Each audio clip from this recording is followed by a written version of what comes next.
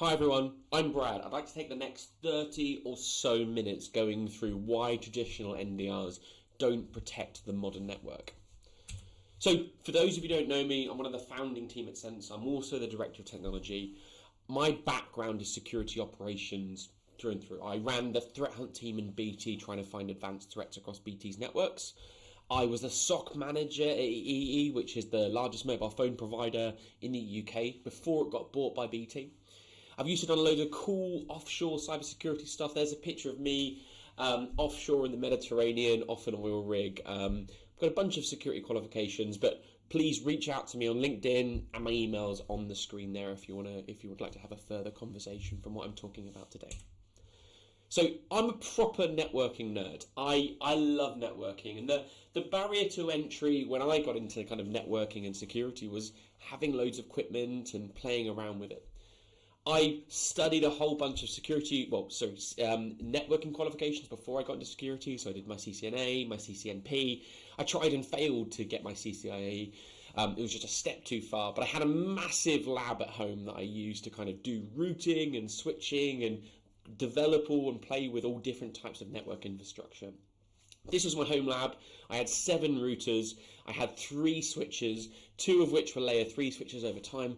I eventually got the prize jewel in my collection, which is a Cisco 3560. But I did loved building this, and everything I'm talking about comes from my experience of building and playing with networks. I'm not approaching this necessarily from a vendor looking at it. I'm going, what's the underlying technology and the challenges with the technology? To help you understand why we've got to where we are today, I want to go through a history of how we've done network monitoring and how it's evolved over time.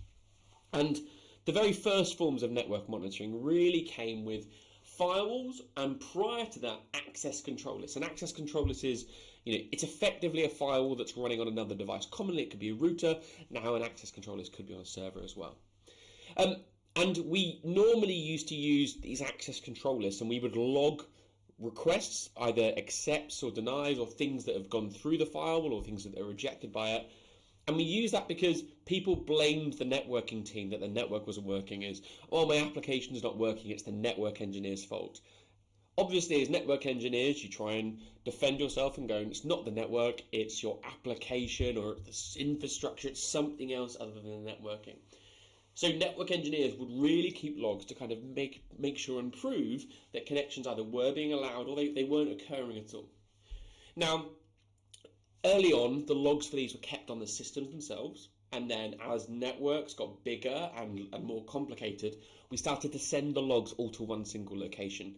And it basically, over time, that system became a SIEM, and the security team started looking at it going, oh, these logs could be useful. And then they kind of, the security team started using these, but these logs are incredibly high volumes. And when you're using a SIEM which charges you based on the amount of data you're either ingesting or processing or storing, that can get really, really, really expensive. For most organizations that I speak to, these firewall logs that they keep centrally are often the biggest source of cost in their overall SIEM deployment. Now, these are normally and historically done to prove that connections were or weren't going through. So traditionally they didn't really have things like deep packet inspection. You couldn't understand higher layer protocols. And because of that, they were very, very limited. They're limited mostly to sockets, which basically means this port and this IP address is connecting to this port and this IP address.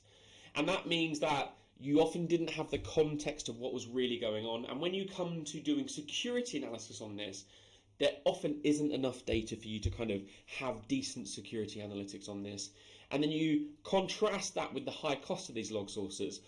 I often see in most SIEM deployments, this is the least kind of security payback for the cost of that solution. Now, other networks were running something called NetFlow. NetFlow was a Cisco proprietary standard. And when you've got a complex network and routers and switches moving around from loads of different places across the network, you basically would try and log and keep records of flows of traffic as it moves across your network.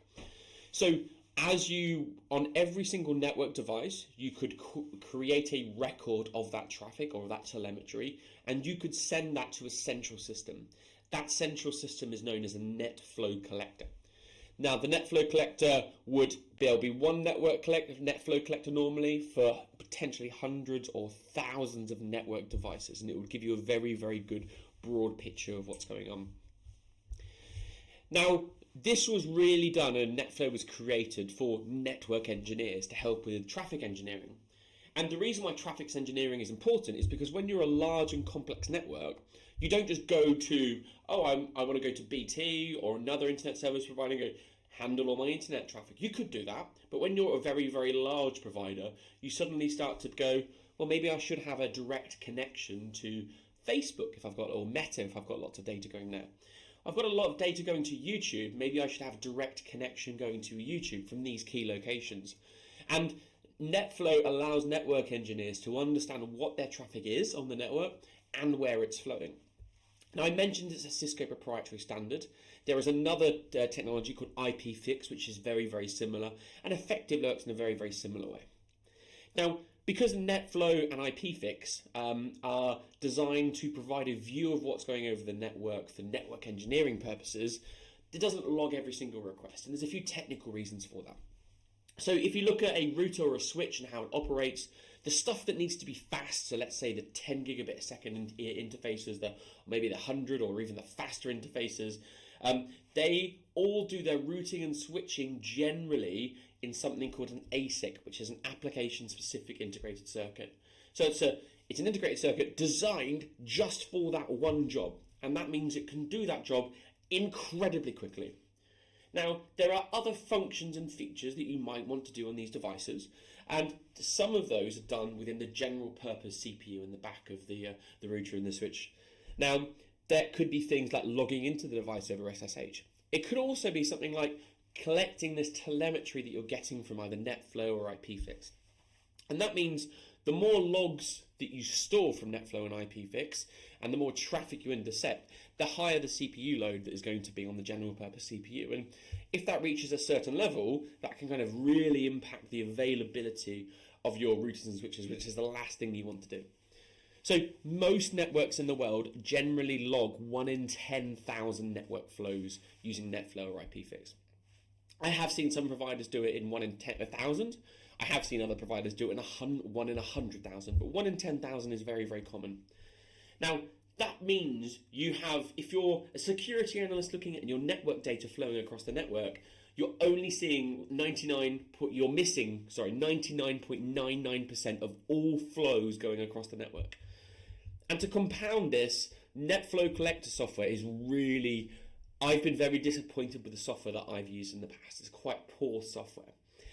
So many big providers will implement their own NetFlow collector software using some open source components because they're proprietary stuff, because it's got the challenge of missing 99.99% of traffic.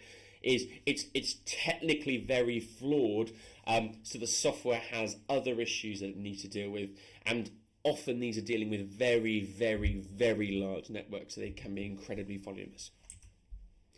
Now, over time, security teams goes, you know what? I'd like a device on the network to kind of help me detect security threats. And one of the kind of first devices for this was an intrusion detection system or an intrusion prevention system. And they're commonly deployed in kind of two ways. The first way is inline, and if you've got an inline IDS IPS, all of the traffic flows through it effectively. So the traffic from your internal network going towards the internet, it all goes through that single device. Now, the problems with that is, if for any reason your IDS IPS fails, you're going to lose connectivity to the internet. That's really bad. That's the last thing you want to do. That needs to be one of your highest availability parts of your network, if at all possible. Also, you normally put it in line because you want to make decisions to block traffic, so you want to prevent the traffic. So an intrusion prevention system will block the traffic where possible. The way these devices do it is they have a packet that comes in, they analyze it, and then they make a decision to move on. In networking terminology, that's generally called store and forward, where you store the entire frame or the entire packet, depending on what layer of the OSI model it's working at. Now, actually, that's not how most network equipment works. Most network equipment will do something called cut-through forwarding. What cut-through is it looks at the first part of the frame or the first part of the IP header and then make a decision based upon that. And then it doesn't look at the rest of it. It will then go, oh, you're going out this interface, here's the information you need. And even as the packet is being received inbound in an interface, it will read that header and then make a decision on where it needs to go. And then it will immediately cut through to the other interface to go out. In a store and forward, they have to wait for that whole packet or frame to be received. It then makes the decision and then it moves out. That causes some traffic delays. And when we're in a world of video conferencing, voice over IP, you don't want to introduce any delays. So people started moving to an out-of-band model where they were no longer monitoring in line. And normally these devices would be running on what's called a SPAN, as a switch port analyzer, or a TAP port, terminal access port. TAP is an acronym. I actually found that out recently. And this is really good because that means that there is no real availability issues and you're not impacting this general purpose CPU generally on the router or switch in the vast majority of cases. But there's still a requirement to provide blocking and kind of block that traffic. So people looked at how to do that, and there was a discussion about using TCP resets, and that can be done out of band using things like TCP resets. I've got a whole component on some of the challenges of TCP resets that I'll go through shortly. Now, the early versions of IDSs, IPSs really looked at packets that were traveling across. They didn't necessarily look at flows. Also, each IDS, IPS only looked at a single point in the network. There was no combined view of the overall traffic. And attackers had loads of techniques to kind of avoid firewalls, avoid IDSs, IPSs, with things like fragmentation, very long-running flows. And one of the biggest challenges, they don't really deal with encryption very effectively. And I'll come back through some of the challenges with encryption and why your approaches to dealing with encryption, just want to kind of sanity check them, make sure they're appropriate. Over time, IDSs, IPSs have become a feature of firewalls instead of a standalone product. But some compliance standards say you still need them, and because of that, I spend a lot of time speaking to kind of head of IT, CISOs and compliance people saying, actually, kind of in the vast, I've never had an issue where, we've replaced the functionality in IDS, IPS with something that is offering a similar technology. It's just not labeled explicitly as an IDS, IPS, because that's quite an old technology that we're seeing being phased out. So some smart people goes, well, actually, maybe when we're looking, we talked about the challenges of an IDS, IPS only looks at one part of the network. Also, it's only looking at kind of potentially individual packets. And, I want to see longer data periods and analyze things over longer periods of time. And that's where the concept of a network detection and response tool, known as an NDR, came about. And the first implementations of that kind of looked at deploying probes. They continued the model of going, I'll put an IDS, IPS there. We're going to have a bit of infrastructure off a SPAN or a TAP port. And you would connect multiple of them across the network. And then you would send the data centrally that they collected to a central analysis appliance. Now, that central analysis appliance will look at the behavior across the network and make decisions in terms of whether it should block or drop it. And then often, if it wanted to block or drop it, it would send it out through a TCP reset. More on that in a bit. Now, this allowed things like being able to do behavioral patterns and behavioral matching of all of this traffic. So you can start to do analytics in a very, very different way. Instead of going a simple match on a packet structure, you can going, I'm looking for, I'm building up a model and I'm trying to analyze what's unusual. The problem is it's probe-based. We'll come through to why that's a problem in a minute. And you have no real context of clouds or remote workers, and the architecture is a real challenge ago. And we've actually seen kind of the industry change. If you were buying a product like this 5 years ago, they'd be pushing the message of a SOC triad, buy a network monitoring tool like an NDR, buy an endpoint monitoring tool like an EDR, and go buy something to bring it together, such as the SIEM. Vendors at the moment aren't really talking in those kind of terms, but that's kind of the background that you need to have all three and try and bring them together. As we'll go through in a minute, the kind of SenseOn solution kind of covers that. We're kind of really going to address this problem of why there are different tools and why with SenseOn effectively you can do more in one than you can do in multiple tools. There's a few challenges we're going to go through in a little bit more detail now. Some of the challenges with pro-based NDRs is kind of the architectural challenges, how it manages blocking connections and why that's not effective. the issues with encryption and how it manages data correlation. So the architectural challenges. Now, most organizations are fully remote, potentially, or they've got a lot of remote workers, maybe they've got some form of hybrid model. And when you've got a lot of remote workers and you've got a traditional probe-based NDR, you have no visibility of those remote workers really whatsoever. Also, we've seen a lot of companies have moved from having big offices with thousands of people in, and we're seeing a lot of companies having a lot of smaller offices, maybe with 50, maybe 100 people, or maybe even less. The days of kind of an office with 10,000 people, we're seeing less and less of those. They're still out there, but there's getting less of them, far more fragmented in terms of the office real estate. And you need to deploy with a probe-based NDR, you need to deploy a probe into every single one of those locations, and you can't monitor those remote workers, so you've got a huge amount of blind spots. Also, when you look at kind of where we're running our work, we're running work in the cloud. When we start running it in the cloud, you can't deploy these probes very effectively on infrastructure as a service. There is a way you could deploy a probe, and you could potentially mirror traffic, which might be quite expensive depending on how you mirror the traffic.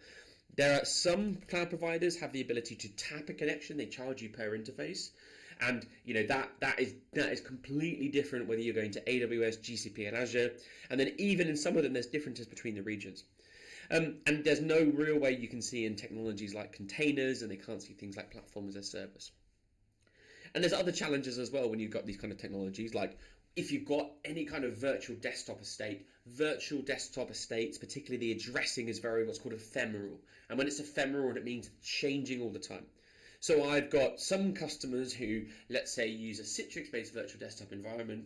When they lock their computer, or someone goes away from their computer for a couple of minutes and the computer automatically locks, they get a new IP address every single time they come back. And pro-based NDR just have no idea which machine's being used by what, because often those IP addresses they exist and they allocated that system for a very, very short time. It can't really keep up. And finally, a lot of attacks occur inside subnets.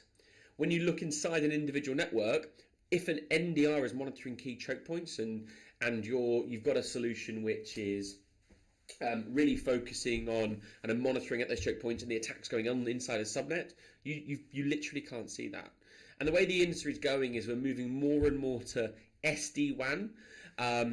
SD-WAN basically means often it allows organizations to move away from the hub and spoke model where they send all the data through one central location. They will use the bearers of opportunity and often the cheapest internet connection available. Sometimes they'll send that connection out from each small site directly to the internet. That means the architecture that a probe-based system was relying on is really starting to fall apart. Now, I talked earlier about blocking and how something that's out of band can do blocking, and the most common way it does blocking is something called sending TCP resets.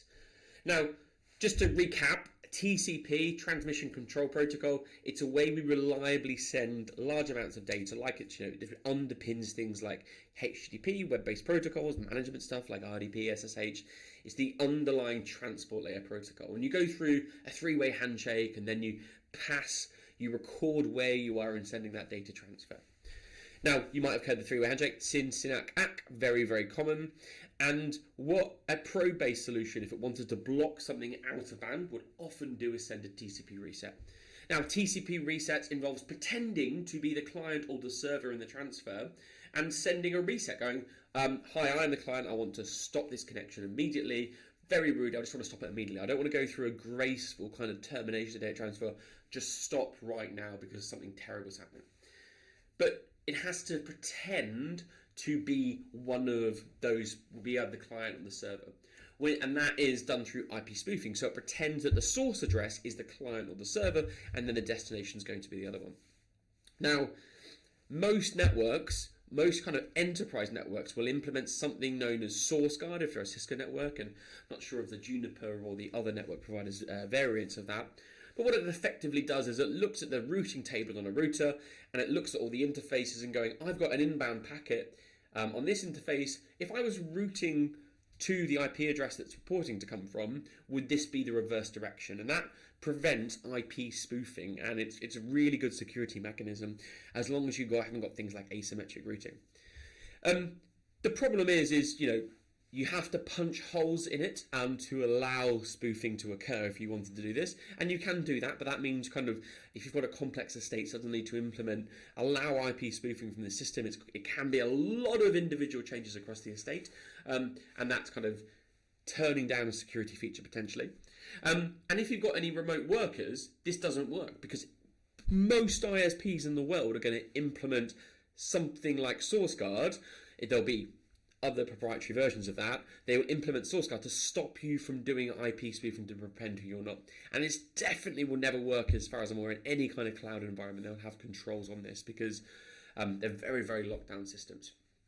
So network resets they're not really a viable solution for monitoring, for blocking, and they might work in a very, very kind of, if there's a lot of data that's being sent, but you have to punch holes to kind of allow them to occur. Also, there's a bit of a race condition. So when you've got a system that's analysing traffic and then it's being sent to a central system and the central system makes a decision to block it, that whole process, just because of the nature of the processing, could take a few seconds, best case, to make a decision to block something. That delay could allow an attacker to communicate very, very effectively.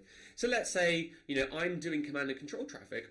A command and control traffic is going to be much quicker often than loading a web page. It's like a really fast web page, a very, very small web page. The days of like a 56k modem where it would be like and you see images loading, those days are well behind us. So we are reliant entirely upon on us getting the packet for the reset there to terminate the connection before the connection completes. And there's a bit of a race condition in those cases. This is absolutely going to stop a large data transfer. That's going to work to mitigate sending maybe a gig of data going out, because that's not going to, that transfer is not going to occur in milliseconds. But a small command and control update or some communication internally, I think it's going to really struggle to get there before the real packets do. The next challenge with kind of NDR-based solutions is encryption. So this is from the Google Transparency Report. If you've installed Google Chrome asks you when you install it, going, would you like to send kind of anonymous statistics to Google for us to produce some transparency reports? And if you select yes, your data is aggregated in this overall view.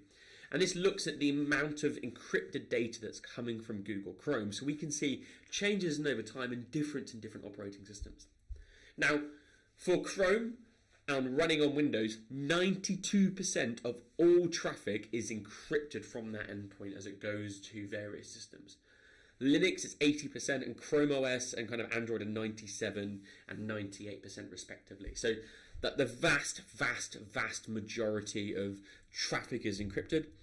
That kind of massively impacts the ability of anything based on the network to make decisions on whether something's malicious or not. So the way most organizations start to deal with this is breaking TLS. So they might, historically, the old encryption technology was called SSL. That over time has become TLS. And the current version of TLS is TLS 1.3. And you can break encryption with TLS 1.3. The way you do it is you put a fake root certificate authority. So you go, I am a trusted certificate provider of everything on the network. You inject that on every single client, and then you basically intercept the encrypted traffic and you get it to renegotiate on either end. And it's a bit complex and messy.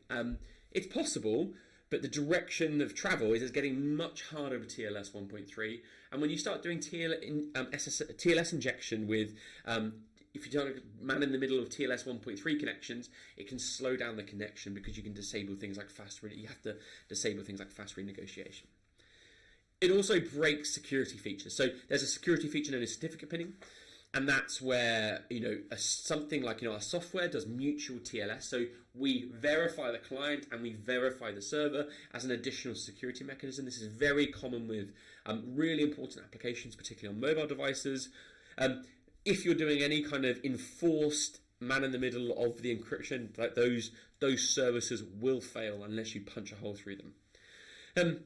And some applications don't use the primary certificate store. So you have to distribute this root certificate authority to every single system across the network. And when you distribute it to every single system across the network, some applications won't read the default the default store on the system, potentially for security reasons, potentially because some of them haven't built that integration yet, and there's a lot of complexity when you start going through different OSs and different versions. But there's huge GDPR issues and kind of other data privacy issues when you start breaking encryption. So you can see the contents of every single encrypted web page when people are kind of sending data to and from that. And that includes things like financial information. It could be someone, myself logging into my doctors to see my medical information. It could be me paying for something online and you can see my payment card information. This is a nightmare for kind of logging. This is the last thing that you want to log. It has these huge kind of data privacy implications.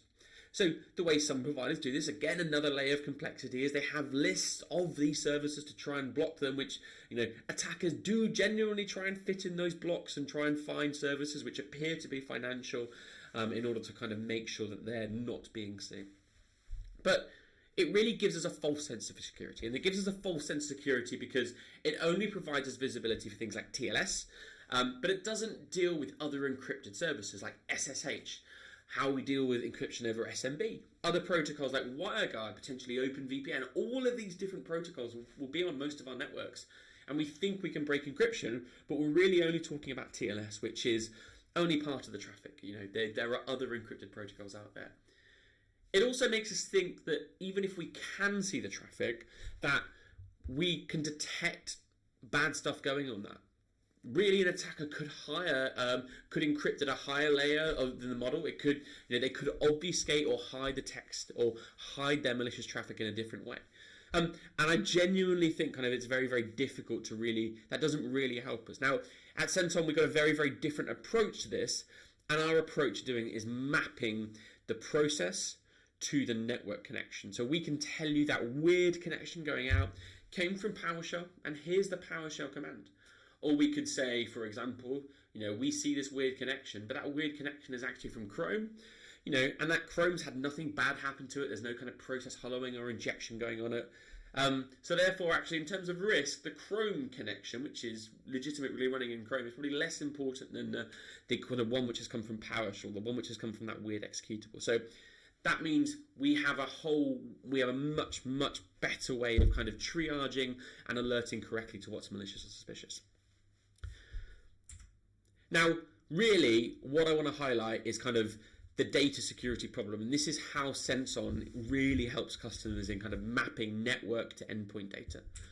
So just very, very quickly, right now, if you're running a SOC, you're probably going to be collecting telemetry from things like processes running on the endpoint, and you could do that through an EDR, you could do that through a SIEM, you could do that through all sorts of different technologies, and you're going to have visibility from the network. So let's say you've got some NDRs which are running across the network. Now, you'll try and bring these together often in something like a SIEM, and then on the SIEM, you're going to be having a visibility from your NDR, probably visibility from your EDR, probably visibility from your logs as well. And then within your SIEM, you're going to be having additional logic to help us find more things. And that just means often you are unable to, each system has its own perspective from the part of the kind of visibility that has on the network. There's no converged view of network to endpoint. They're all isolated. That means, as I mentioned before, is when you've got something that you detect on the network, you have no idea really what caused that event to occur on the endpoint. There can be all sorts of challenges with like network address translation, how you're mapping SOC IDs, how you're mapping process IDs, which are, all of these are ephemeral, they keep changing, and often there just isn't the logs depending upon the environment. And you make this even worse when you start going, oh, I've got a cloud environment, I've got network address translation, I've got remote workers going through a VPN concentrator. All of this just means it's like so difficult to join this data up reliably and consistently. And that means you might have a low confidence observation which has occurred on the network and a low confidence observation which has occurred on the endpoint. You might have a relationship later on because another observation on a server, and you're not able to see that kind of the causal linkage by analyzing the network and endpoint telemetry. And that basically means that attackers can kind of move across that estate and really kind of they will sit in the low confidence observations if they're even detected at all, as I discussed kind of the challenges about encryption, challenges about some of the architecture. So kind of to give you an example, we're looking at, we have a lot of customers, we detect threats all the time. So something we see is kind of attacks like cobot strike can come in. They can come in very, very silently. They can come in through things like SEO poisoning. They can come in things like something that's been targeted at that individual user and it's encrypted over the network, so a network-based tool can't see that. Often they'll do things like command and control, which is using, appears to be legitimate traffic. So, it could be, one of the most famous, well, for me, it was doing command and control looking for an IP address on Britney Spears, I think it was Instagram page, looking for an IP address. It can be very, very stealthy and hard to understand. And we see a lot of attackers at the moment living off the land, and that means using executables and processors which are legitimate on there. Maybe they're logging into the device via RDP and running commands. And that means kind of often EDRs might struggle to see that. Definitely antivirus won't see that. It's really hard to have that visibility of, is that a malicious insider who's doing some naughty things? And all of these tools produce alerts individually, and when they produce alerts individually, you have more and more noise that you have to deal with centrally. And that means threats will completely disappear through the cracks, and you don't have really that kind of central view of what's going on, and you're not triaging stuff effectively. People try to fix this by having effective security engineers, but security engineers are really, really expensive. And we see them, they have to tune these, and really most companies don't have the ability to have a really competent security engineering team and a really kind of the well-resourced security operations teams on the other side to manage that. And as I kind of discussed, the challenges here are primarily architectural. There are huge problems with how you bring this stuff together. We talked about remote workers. We talked about the architecture seeing traffic inside subnets. When you've got an NDR solution, often you can't see any of this visibility. When you're deploying a technology like SenseOn, as we'll go into in a moment, you can start to access things in other environments. So we've just released monitoring of ECS with Fargate instances, for example, monitoring remote workers, infrastructure as a service, seeing traffic inside that subnet, seeing traffic to and from the device from the remote worker. You also have to manage probes. If anyone's managed anything physical, things fail. SenseOn, we have hybrid solutions of kind of cloud and on-prem systems.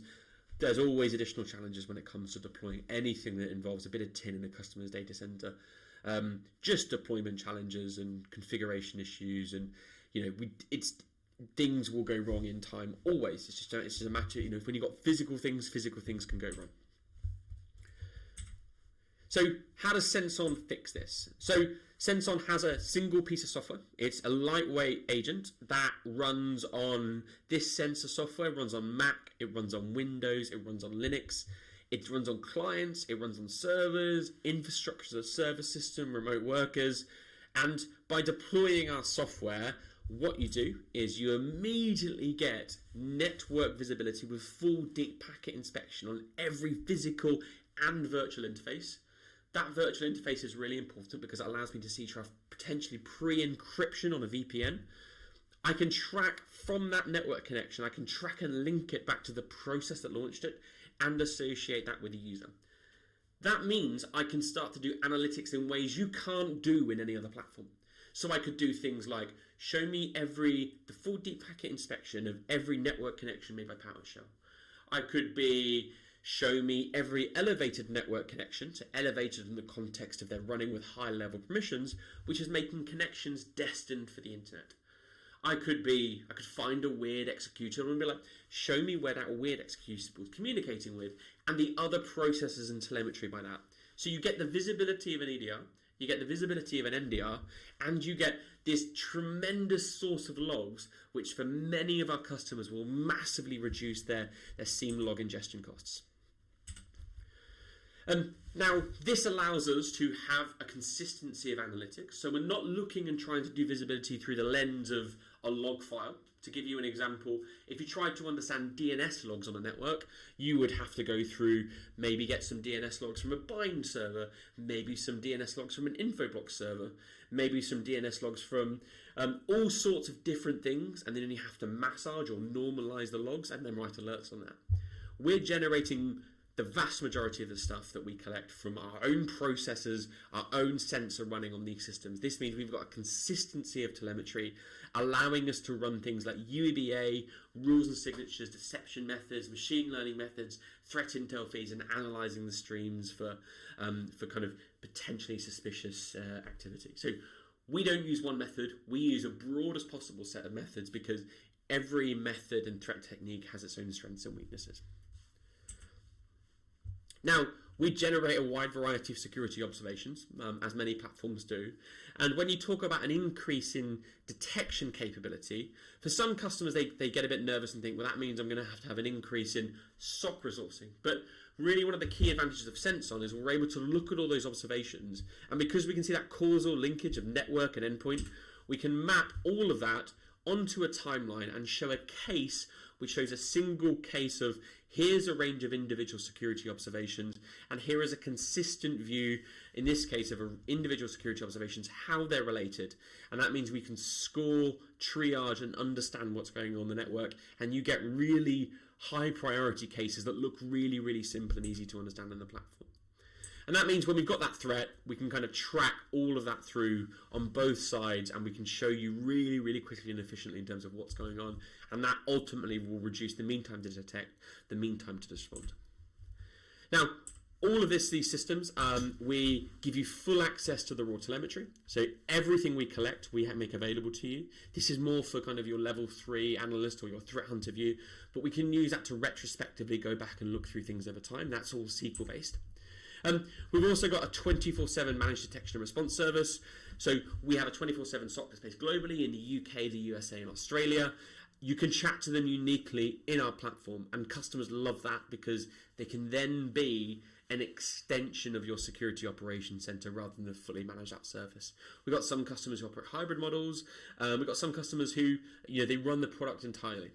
We've also got the ability, we've got anti-malware components, we've got anti-ransomware components, we've got system isolation components, we've got remote remediation components, but we won't go through that today. That's for a whole nother time. So broadly, in terms of the advanced NDR capability, kind of SenseOn is able to track this unique data and this unique relationship between data flows and data processors and those permissions. And that means we can do detection and response in a very, very, very different way.